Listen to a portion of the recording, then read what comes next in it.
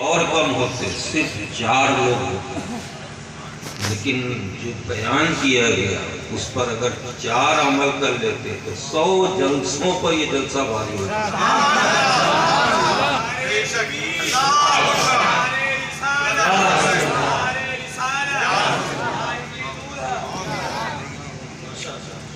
آج کل ہمارے جلسوں کا یہ معیار بن چکا ہے کہ صاحب جلسہ فلاں بستی میں، فلاں گاؤں میں، فلاں شہر میں ہوا تھا، بڑا مجمع تھا، فلاں خطیب صاحب آئے، اتنا حد نگاہ ٹوپی تھی، بڑا اچھل کے لوگ نعرے لگا رہے تھے، بڑا کامیاب ہوا۔ 4 بجے صبح تک چلا۔ جلسے کی کامیابی بھیڑ کی کثرت نہیں ہوتی ہے، جلسے کی کامیابی نعروں میں، جلسوں میں نعروں سے نہیں ہوتی ہے، جلسے کی کامیابی ہوتی ہے عمل کی بنیاد پر۔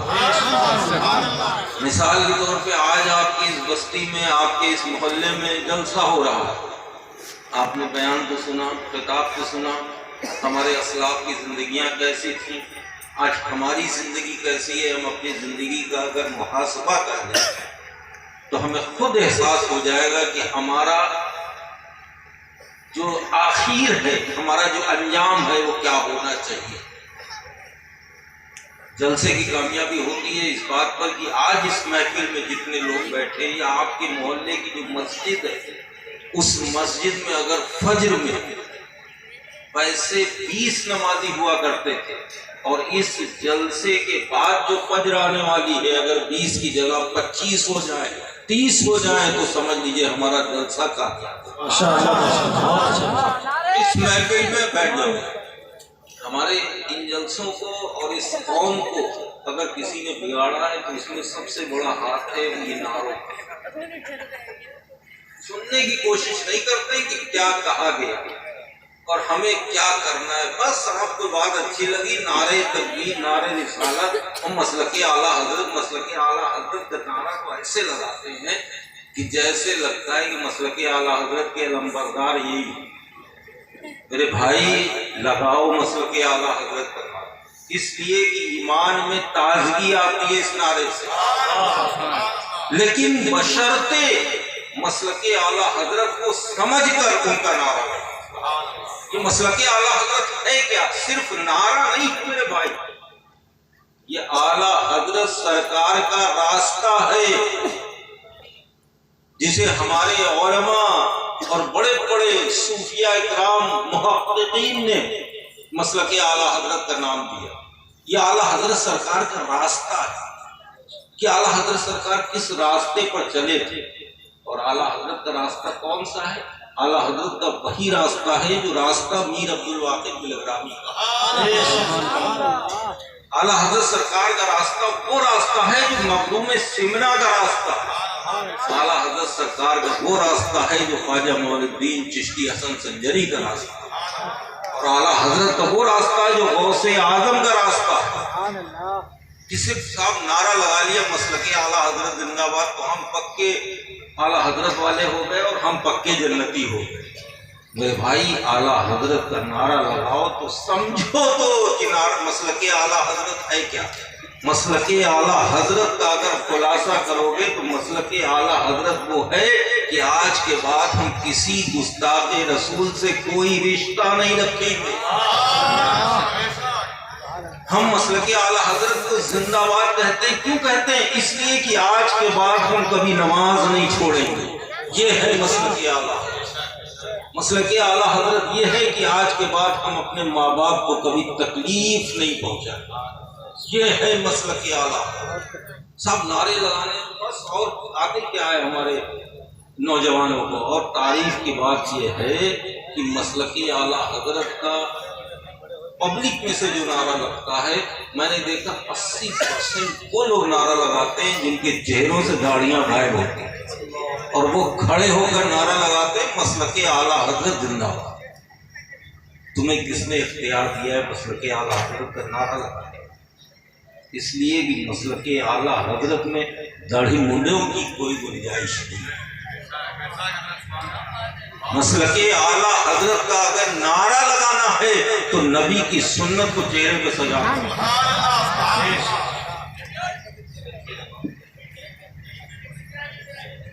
ہے۔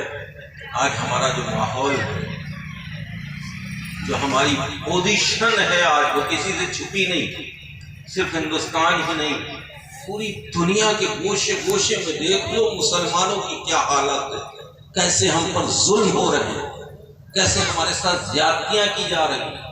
اور شاید ہی کوئی ایسی مسجد ہو، کوئی ایسا جلسہ ہو جہاں پر ہم ہاتھ اٹھا کے دعا نہ کر رہے ہیں، لیکن افسوس ہم ادھر دعائیں کر رہے ہیں، ادھر مسلمانوں کے ظلم پہ ظلم ہوتے جا رہے ہیں، کوئی ان کی مدد کرنے کو تیار نہیں۔ وجہ کیا ہے؟ ارے ہم تو وہ ہیں کہ جس میدان میں کھڑے ہو جاتے تھے اپنے ہاتھ کو اٹھا دیتے تھے، ہماری دعا باب یابس سے ٹکراتی تھی اور اللہ ہماری مدد کے لیے آسمان سے فرشتوں کو بھیجا۔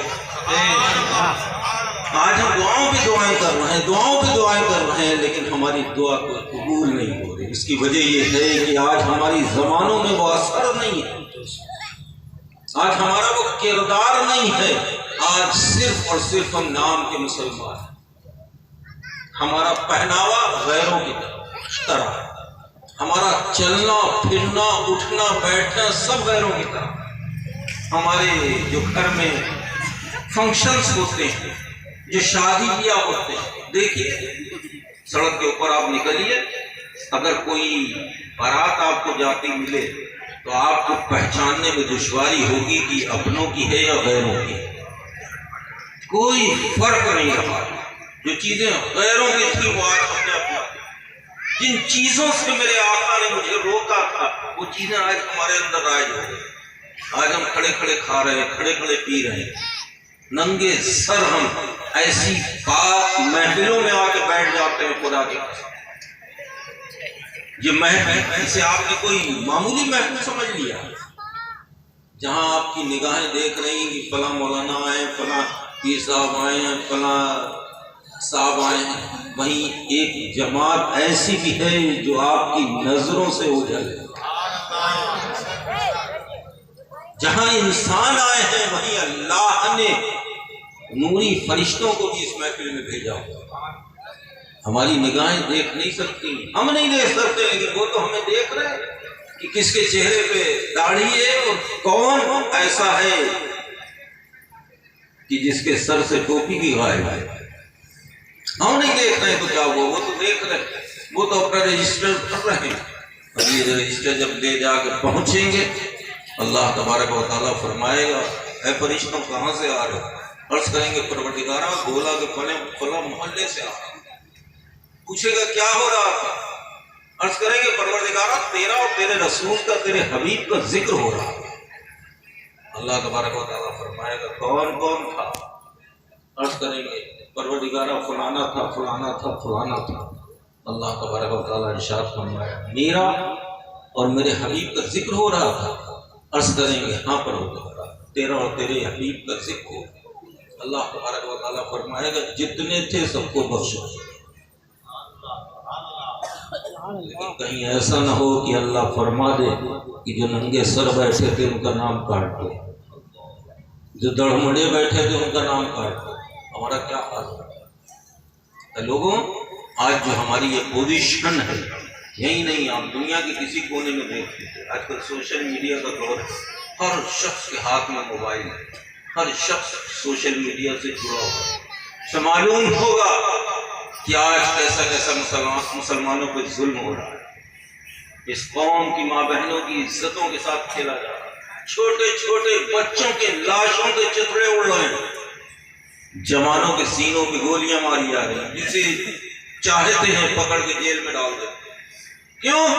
اس کی وجہ یہ ہے کہ ہمارے دل سے ہمارے رب کا خوف نکل گیا، نبی کی محبت نکل چکی۔ ورنہ خدا کی قسم ہم تو وہ تھے کہ اگر اپنے ہاتھوں کو اٹھا دیتے تو اللہ ہماری مدد کے لیے رجال الغیب کو بھیج کر ہماری مدد فرماتا، فتح ہمارا مقدر بناتا۔ ایسے ہی ایک جنگ کے موقع پر پیارے آقا مصطفیٰ کریم کہ ایک صحابی آقا کی خدمت میں حاضر ہوا، عرض کی حبیبی یا رسول اللہ دشمنوں سے جنگ کرتے کرتے میری تلوار ٹوٹ گئی، کاش مجھے دوسری تلوار مل جاتی، میں دشمنوں کا بھی صفایا کر دوں۔ میرے آقا نے اپنے غلام کی طرف دیکھا، جذبہ دیکھا، ارشاد فرمایا میرے غلام میرے صحابی تمہیں درخت نظر آ رہا ہے؟ عرض کی حبیبی یا رسول اللہ وہ کھجور کا درخت؟ آقا نے ارشاد فرمایا ہاں۔ عرض کی حبیبی یا رسول اللہ ارشاد فرمایا، میرے آقا نے فرمایا جاؤ اس درخت سے لکڑی توڑ لو۔ صحابی تھے صحابی، آج کے وہابی ہوتے تو نہ جانے کیا کہہ رہے، دوڑ لگا دی، گئے جا کے اس درخت سے لکڑی توڑی، آقا کے خدمت میں حاضر ہوئے۔ عرض کی حبیبی یا رسول اللہ غلام حاضر ہے۔ میرے آقا نے اس لکڑی پر اپنا دست مقدس پھیرا اور ارشاد فرمایا میرے غلام یہ رہی تمہاری تلوار۔ پھر کہوں گا صحابی تھے صحابی، اگر وہابی ہوتے کبھی بھی یا رسول اللہ ادھر جنگ چل رہی ہے اور آپ مجھ سے مذاق کر رہے ہیں، یہ لکڑی آپ فرما رہے ہیں، لیکن نہیں، صحابی تھے، ان کا عشق سچا تھا، ان کا ایمان پکا تھا۔ دوڑ لگا دیا، دوڑے دوڑے گئے، دشمنوں سے جنگ کرنا شروع کر دیا۔ اب کیا تھا، دشمنوں کے سر باجر پولی کی طرح میدان میں ٹہلتے نظر آ رہے ہیں۔ تھوڑی دیر بعد اللہ نے مسلمانوں کو فتح عطا کی، اسلام کا پرچم نصب ہوا، سارے غلام آقا کی خدمت میں حاضر ہوئے۔ عرض کی حبیبی یا رسول اللہ آپ کے غلاموں نے جنگ کو جیت لیا، دشمنوں کو شکست ہوئی ہے۔ میرے آقا نے ارشاد فرمایا میرے ڈنڈے والے صحابی کہاں؟ پیچھے ہاتھ باندھے کھڑے۔ عرض کی لبیک یا رسول اللہ، غلام حاضر ہے۔ ارشاد فرمایا کہو کیسی رہی تمہاری تلوار؟ صحابی نے عرض کی حبیبی یا رسول اللہ میری تلوار کا تو کوئی جواب ہی نہیں تھا، میری تلوار دشمن کی گردن پہ بعد میں پڑتی تھی، دشمن کی گردن پہلے کٹ جایا کرتی تھی۔ میرے آقا نے ارشاد فرمایا غلام تم نے میری عطا پر بھروسہ کیا تھا نا، تو اللہ نے تیری مدد کے لیے آسمان سے فرشتے کو بھیجا، تلوار تو چلاتا تھا، گردن فرشتہ کاٹا کرتا تھا۔ یہ تھے ہم، آج ہم دعاؤں پہ دعائیں کر رہے ہیں، دعاؤں پہ دعائیں کر رہے ہیں، لیکن افسوس کہ ظالم کے حوصلے بڑھتے جا رہے ہیں، ہم پر مصیبتوں کے پہاڑ گرتے جا رہے ہیں۔ اس کی وجہ یہی ہے کہ آج ہمارے دلوں سے ہمارے رب کا خوف اور نبی کی محبت نکل چکی ہے۔ ہم جلسوں میں بیٹھ کے تو بہت نعرے لگا لیتے ہیں، غوث کا دامن نہیں چھوڑیں گے اور ضرورت پڑی تو اسلام کے لیے اپنی گردن کٹا دیں گے۔ یہ کیا اسلام کے لیے گردن کٹائیں گے؟ گردن کٹانے والے کوئی اور تھے، جب پہنچتے تھے تو کشتیوں کو جلا دیا کرتے تھے کہ آگے دشمن ہیں پیچھے موت ہے۔ آج ہمارا کیا، ہمارے نعرے کھوکھلے، ہماری محبت صرف اور صرف دکھاوے کی۔ جو نبی کی محبت میں 5 وقت کی نماز نہیں پڑھ سکتا وہ نبی کی محبت میں گردن کیسے کٹائے؟ جو نبی کی محبت میں ایک رات اپنے نرم گداز بستر کو نہیں چھوڑ سکتا وہ نبی کی محبت میں اپنا سر کیسے قلم کرا سکتا؟ تو اگر ہمیں نبی سے سچی محبت ہوتی تو میرے آقا مصطفیٰ کریم نے فرمایا قرۃ عینی فی الصلاۃ، میری آنکھوں کی ٹھنڈک نماز۔ اگر ہمیں نبی سے محبت ہوتی تو ہمیں نمازوں سے محبت ہوتی۔ میرے نبی نے ماں باپ کے بارے میں فرمایا ہے لوگوں تمہارے لیے تمہاری ماں کے قدموں کے نیچے جنت ہے اور تمہارا باپ جنت کا دروازہ۔ آج ہم پیروں اور مولویوں کو چومنے کے لیے چاہے جتنی دیر ہمیں دروازے پر گیٹ پہ کھڑا ہونا پڑے کھڑا رہنا برداشت کر لیتے ہیں، لیکن جب تک پیر صاحب کے ہاتھ نہیں چومیں گے ہٹیں گے نہیں۔ چومو بھائی، میں بھی پیر ہوں، منع نہیں کرتا، ہاتھ چومو پیر چومو، لیکن اس سے پہلے سب سے بڑا پیر تمہارے گھر میں موجود ہے، تمہاری ماں کی شکل، تمہارے باپ کی شکل۔ اگر تم پیر صاحب کے ہاتھ چومو گے وہ کون سا وقت ہو کہ پیر صاحب کی نگاہ ولایت ہم پر پڑے، تمہاری قسمت سنور جائے۔ لیکن ہاں تیرے باپ کے پاس وہ مرتبہ ہر وقت موجود ہے، تیری ماں کے قدموں میں ہر وقت اللہ نے وہ تاثیر رکھی ہے کہ اگر جب تو اپنے باپ کے ہاتھ چومے گا یہ تصور کرنا کہ آج میں نے جنت کے دروازے کو چوما۔ اگر تو اپنی ماں کے قدموں کو چومے گا تو یہ محسوس کرنا کہ آج میں نے جنت کی دہلیز پہ چلتے ہیں. کیوں؟ اس لیے کہ میرے آقا ارشاد فرماتے ہیں تمہاری ماں کے قدموں کے نیچے گئے. اور ماں وہ ماں. ایک مرتبہ میرے پیارے آقا مصطفیٰ کریم کا شان مقدسہ سے باہر تشریف لائے، آنکھوں میں آنسو، چہرہ اترا ہوا. صحابہ نے دیکھا، تڑپ گئے، عرض کی ابھی بھی یا رسول اللہ کس چیز نے آپ کو تکلیف پہنچائی؟ آپ کی آنکھوں سے آنسو جاری ہے. پیارے آقا مصطفیٰ کریم نے ارشاد فرمایا غلاموں پریشان ہونے کی ضرورت نہیں، گھبرانے کی ضرورت نہیں. آج مجھے میری ماں آمنہ یاد ہے کہ کاش میری ماں آمنہ زندہ ہوتی اور میں عشاء کی نماز کے لیے وضو کر کے مصلی پہ پہنچ جاتا. میری ماں مجھے آواز دیتی بیٹا محمد، تو میں نماز روک دیتا. پہلے اپنی ماں کا کہنا ہمارا کیا کردار ہے؟ ہماری ماں چلاتی رہتی ہے لیکن ہم مگن ہیں اپنے موبائل میں، ہم مگن ہیں اپنے دوستوں میں. لوگوں یہ ماں باپ تمہارے لیے بہت بڑی نعمت ہے. اپنے ماں باپ کی خدمت کرو، یہی اس جلسے کا پیغام ہے.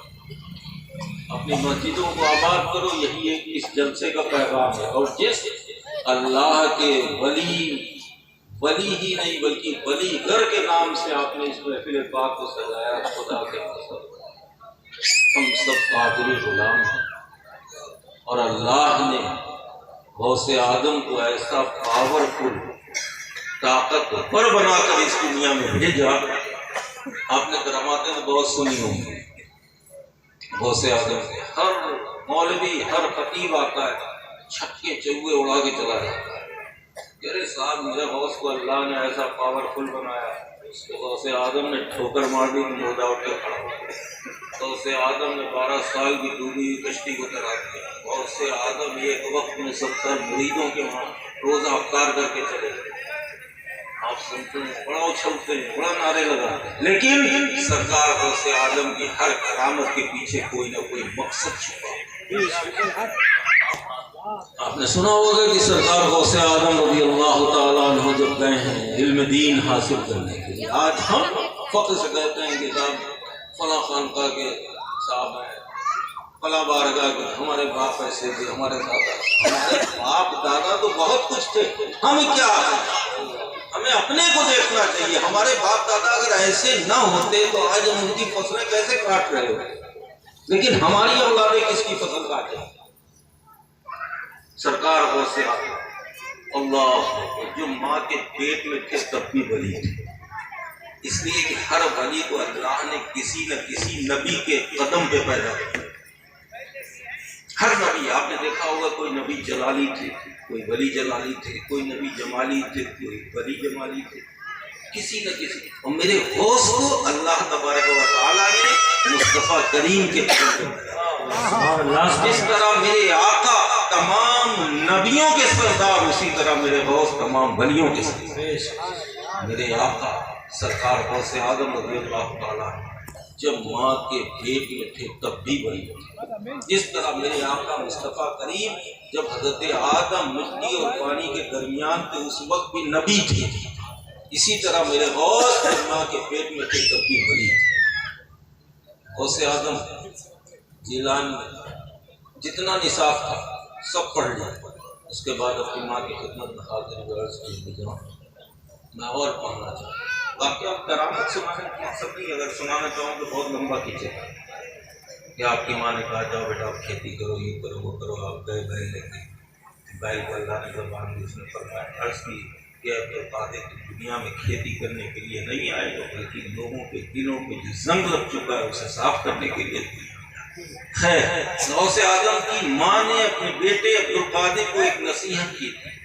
آپ نے اتنا سنا ہوگا، اتنا سنا ہوگا، اتنا سنا ہوگا کہ سب کو زبانی آ گئی، لیکن واقعہ سنانا مقصد نہیں ہے. مقصد یہ ہے کہ غوث آدم ہمیں پیغام کیا دے رہے ہیں. یہ جو کراماتیں آپ سنتے ہیں غوث آدم نے ٹھوکر سے پوچھتے ارے غوث آدم 70 کے کیا میرے غوث کو اللہ نے ایسا پاورفل بنایا تھا اگر چاہتے تو 70,000 جمعہ ایک وقت میں روزہ افطار کر سکتے. اس لیے کہ غوث آدم خود ارشاد فرماتے ہیں میں پوری دنیا کو ایسے دیکھتا ہوں جیسے اپنی ہتھیلی پہ رائی کے دانے. غوث اعظم خود ارشاد فرماتے ہیں کہ اس وقت تک سورج نہیں نکل سکتا جب تک کہ عبد القادر اسے حکم نہ دے۔ یہ غوث اعظم کا پاور، یہ غوث اعظم کا طاقت۔ لیکن یہ کہاں سے ملا، یہ پاور کہاں سے ملا؟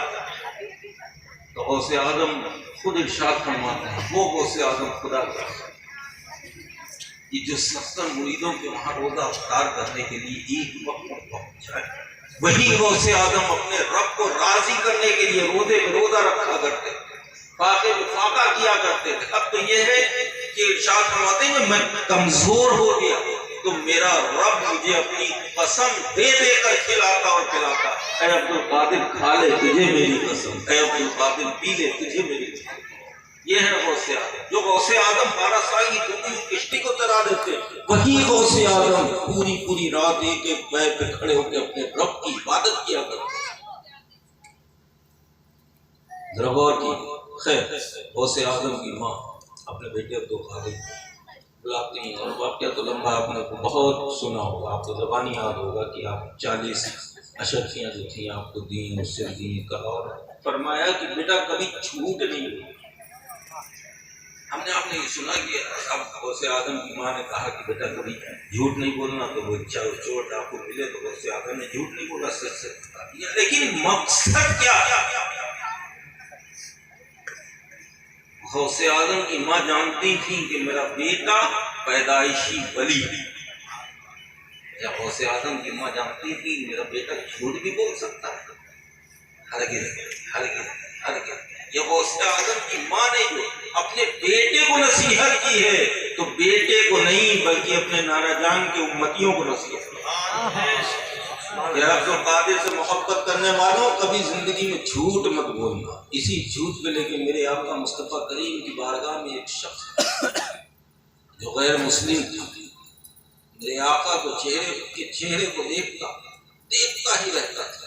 میرے آقا کی ہر تقریب میں، ہر محفل میں آقا اور جوتیوں کو پاس بیٹھ کے آقا کریم صلی اللہ علیہ وسلم کے چہرے کو دیکھا کرتا، لیکن ایمان نہیں لایا تھا۔ ایک دن اس کا جذبہ جو تھا وہ جوش میں آ گیا، دوڑا آیا نبی کریم صلی اللہ علیہ وسلم جو تمام عالم کے لیے رحمت بن کر اس دنیا میں تشریف لائے تھے، قدموں پہ گرا اور عرض کی کہ حبیبی یا رسول اللہ، میں آج کلمہ پڑھنا چاہتا ہوں، میں مسلمان ہونا چاہتا ہوں۔ میرے آقا نے فرمایا تو دیر کس بات کی، بڑا ہاتھ پڑھ لے کلمہ؟ اس نے کہا نہیں یا رسول اللہ، ایسے نہیں پڑھوں گا، اس لیے کہ میں جانتا ہوں میں نے آپ کی ہر تقریب میں بیٹھ کر آپ کی گفتگو سنی ہے، نصیحتیں سنی، جو کلمہ پڑھ لیتا ہے تمام برائیوں سے پاک ہو جاتا ہے، اور میرے اندر کئی برائیاں ہیں۔ میں چاہتا ہوں کہ آپ مجھے اجازت دے دیں، میرے اندر 4 عیب ہیں، میں چاہتا ہوں کہ آپ ایک ایک کر کے ان برائیوں کو دور کروائیں، ایک ساتھ سب پر پابندی نہ لگائیں۔ میرے آقا نے مسکرائے ارشاد فرمایا کون سے عیب ہیں تیرے؟ اس نے کہا یا رسول اللہ میں چور ہوں، چوری ہوں۔ آپ نے فرمایا اور؟ یا رسول اللہ میں شرابی ہوں، شراب پیتا ہوں۔ اور یا رسول اللہ ایک غلط عورت سے میرے تعلقات ہیں۔ آپ نے فرمایا اور؟ بولا جھوٹ بولتا ہوں۔ 4 برائیاں ہمارے اندر ہیں حبیبی یا رسول اللہ، ان میں سے ایک تو میں آپ کو کہنے پہ چھوڑ دوں گا لیکن 3 کو نہیں چھوڑوں گا۔ آپ مجھے کلمہ پڑھائیں۔ آپ نے کریم صلی اللہ علیہ وسلم فرمایا ہاتھ، اس نے ہاتھ، میرے آقا نے کلمہ پڑھایا، داخل اسلام کیا، اور فرمایا کہ تم نے کہا تھا کہ ایک کوئی بھی چیز میں چھوڑ دو۔ اس نے عرض کی حبیبی یا رسول اللہ ایک کوئی بھی آپ نصیحت فرما دیں میں اسے چھوڑ دوں۔ میرے آقا نے فرمایا کبھی جھوٹ نہیں بولے۔ غور کرو، جو میرے غوث کی ماں اپنے بیٹے عبد القادر کو نصیحت کر رہی ہے کہ بیٹا کبھی جھوٹ نہیں بولنا، اسی میں سب کچھ چھپا ہوا۔ دل میں بہت خوش ہوا اور سوچنے لگا کہ اللہ کتنے کریم ہے مصطفیٰ۔ میں نے کہا 4 میں سے ایک چیز آپ مجھے روک دیں، تو انہوں نے ایسی چیز کو کہا جو بہت ہلکی ہے کہ جھوٹ نہیں بولنا، باقی سب کی اجازت مل گئی، اب میں شراب پی سکتا ہوں، میں وہ کر سکتا ہوں، میں چوری کر سکتا ہوں، اب تو مجھے کسی بات جھومتا ہوا مگر مستی میں اپنے گھر پہنچا۔ بیوی سے کہا کہ مبارک ہو، آج میں بھی کلمہ پڑھ کے مسلمان ہوں۔ بیوی نے اپنے شوہر کے خاوند کے چہرے کی طرف دیکھا اور کہا تو مسلمانوں کی تمام برائیوں کو چھوڑ دے گا؟ بولا نہیں، ہرگز نہیں، اب تو مجھے اجازت مل گئی، میرے آقا مصطفیٰ نے مجھے اجازت دے دی ہے، میں چوری بھی کر سکتا ہوں، شراب بھی پی سکتا ہوں اور اس کے ساتھ غلط فعل بھی کر سکتا ہوں۔ بیوی حیرت میں پڑ گئی، یہ کیسا مسلمان ہے؟ خیر رات تھی، رات کا سناٹا ہوا، تاریکی ہوئی، وہ شخص پہنچا اپنی مین جگہ پر، اس نے اپنے ہاتھ میں شراب کی بوتل کو لیا، دوسرے ہاتھ کے گلاس کو، بوتل سے شراب کو گلاس کو ڈالا اور اس کے بعد اس گلاس کو اپنے منہ کے قریب لے لیا، اپنے ہونٹوں کے قریب لایا اور سوچا کہ کیوں؟ اسے ایک دم خیال آیا کہ کل مصطفیٰ کریم کی محفل ہوگی، تمام صحابہ موجود ہوں گے، کہیں اگر میرے آقا نے پوچھ دیا ہے میرے غلام کہ تو نے کل شراب پی تھی تو میں کیا جواب دوں؟ اس لیے کہ میں وعدہ کر چکا ہوں کہ کبھی جھوٹ نہیں بولوں گا، جھوٹ تو بول نہیں سکتا، اگر میں نے کہہ دیا کہ یا رسول اللہ میں نے شراب پی تھی تو صحابہ کیا سوچیں گے میرے بارے میں کہ جس منہ سے اس نے کلمہ پڑھا ہے اسی منہ سے شراب پی۔ فوراً اس کے ایمان میں اسے یہ حکم دیا کہ اس گلاس کو توڑ دے اور شراب کو پھینک دے۔ اس نے توبہ کی کہ آج کے بعد کبھی میں شراب نہیں پی۔ چنانچہ اس کے دل میں خیال آیا چلو چلتے ہیں، شراب تو نہیں پئیں گے، اس لیے کہ کل کو اگر پوچھ دیا مصطفیٰ کریم نے تو کیا جواب دیں گے، چلو چلتے ہیں۔ اپنا وقت گزارنے کے لیے روز کے مطابق پہنچا اس عورت کے اڈے پہ اور گھر میں داخل ہونے والا ہی تھا کہ اس کے قدم اپنے آپ رک گئے اور اس کے ذہن میں جھنجھوڑ کے کہا کہ یہ بتا محمد عربی کا غلام کہ اگر کل بھری محفل میں صحابہ نے کسی نے پوچھ دیا کہ اے شخص یہ بتا کہ اس عورت کے کوٹے پہ نہیں گیا، کیا جواب دے؟ کش میں پڑ گیا۔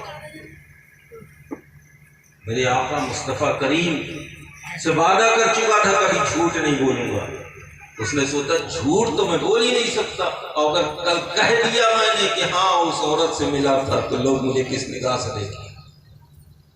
چنانچہ اس نے اپنے قدموں کو واپس کیا اور لوٹتے وقت اس نے سوچا چلو چلتے ہیں، اس گھر میں ہاتھ صاف کر لیں، چوری کی بھی تو اجازت ہے۔ چنانچہ جیسے ہی اس گھر میں پہنچا، گھر کے قریب پہنچا، چوری کی نیت سے فوراً اپنے قدموں کو روکا۔ اس کے ذہن نے اس سے کہا، اس کے دل نے اس سے کہا کہ اے شخص آج تو اس کے گھر میں چوری کرنے جا رہا ہے اور یہ بھی مسلمان ہے، جب اس کے گھر میں چوری ہو جائے گی تو کل مصطفیٰ کریم کی بارگاہ میں حاضر ہوئے گا اور عرض کرے گا یا رسول اللہ رات میرے گھر میں کسی چور نے میرا سامان صاف کر۔ وہاں فاروق اعظم بھی ہوں گے، مولا علی بھی ہوں گے، صدیق اکبر بھی ہوں گے۔ اگر میرے آقا نے مجھ سے پوچھ دیا کہیں ایسا تو نہیں کہ تم نے اس کے گھر میں چوری کی، جھوٹ تو بول نہیں سکتا۔ اگر میں نے کہہ دیا یا رسول اللہ میں نے ہی چوری کی تھی تو میرا کیا حشر؟ فوراً اس نے توبہ کی اور آقا کریم صلی اللہ علیہ وسلم کی خدمت میں حاضر و عرض کی کہ حبیبی یا رسول اللہ آپ نے مجھے بہت چھوٹی ہلکی چیز سے روکا تھا، لیکن وہ ہلکی چیز تو سب پر بھاری پڑی، تو اگر ہم یہ عہد کر لیں کہ آج کے بعد کبھی جھوٹ نہیں بولوں گا تو میرا یقین ہے کہ ہم سے کوئی گناہ ہو ہی نہیں سکتا۔ تو اس محفل سے اپنے گھروں کو جاؤ تو یہ عہد کر کے جاؤ کہ آج کے بعد میں کبھی جھوٹ نہیں بولوں گا، اس لیے کہ میں غوث اعظم کا سچا غلام ہوں۔ اے لوگوں، اس محفل کو سجانے کا صرف یہی مقصد ہے کہ اپنی مسجدوں کو آباد کرو، اپنے علماء کی صحبت اختیار کرو، اپنے پڑوسیوں کا خیال رکھو، اپنے ماں باپ کی خدمت کرو، اس لیے کہ ماں باپ وہ نعمت ہے جو انسان کو صرف زندگی میں ایک بار ملتی ہے۔ باقی آپ کوئی بھی چیز دنیا میں حاصل کر سکتے ہو، خرید سکتے ہو، اب تو یہ ہے کہ آپ اگر بیوی آپ کی فوت ہو گئی تو آپ کو دوسری بیوی مل سکتی ہے، اگر آپ کی اولاد فوت ہو گئی تو دوسری مل سکتی ہے، لیکن ماں باپ وہ نعمت ہے جو بندے کو دنیا میں صرف ایک بار ملتی ہے۔ اپنے ماں باپ کی خدمت، ان کی عزت کرو، اپنی پیشانیوں میں سجدوں کی تڑپ پیدا کرو، اپنے گھروں میں قرآن کی تعلیم کو عام کرو، اپنے بچوں کا مستقبل دیکھو۔ آج جنہیں ہم بچہ سمجھ کے چھوڑ دیتے ہیں، وہ صرف بچے نہیں، تمہارا اور اس ملک کا مستقبل ہے۔ اپنے بچوں کے مستقبل کو سنوارو، انہیں اچھی تعلیم دلاؤ، پہلے دینی تعلیم دلاؤ، اس کے بعد دنیاوی تعلیم دلاؤ، اور محفلوں میں بیٹھ کر نعرے لگاؤ تو اس پر عمل بھی کرو، اور ساتھ ہی ساتھ کھڑے ہو جاؤ، کھڑے ہو کر صلاۃ و سلام پڑھو۔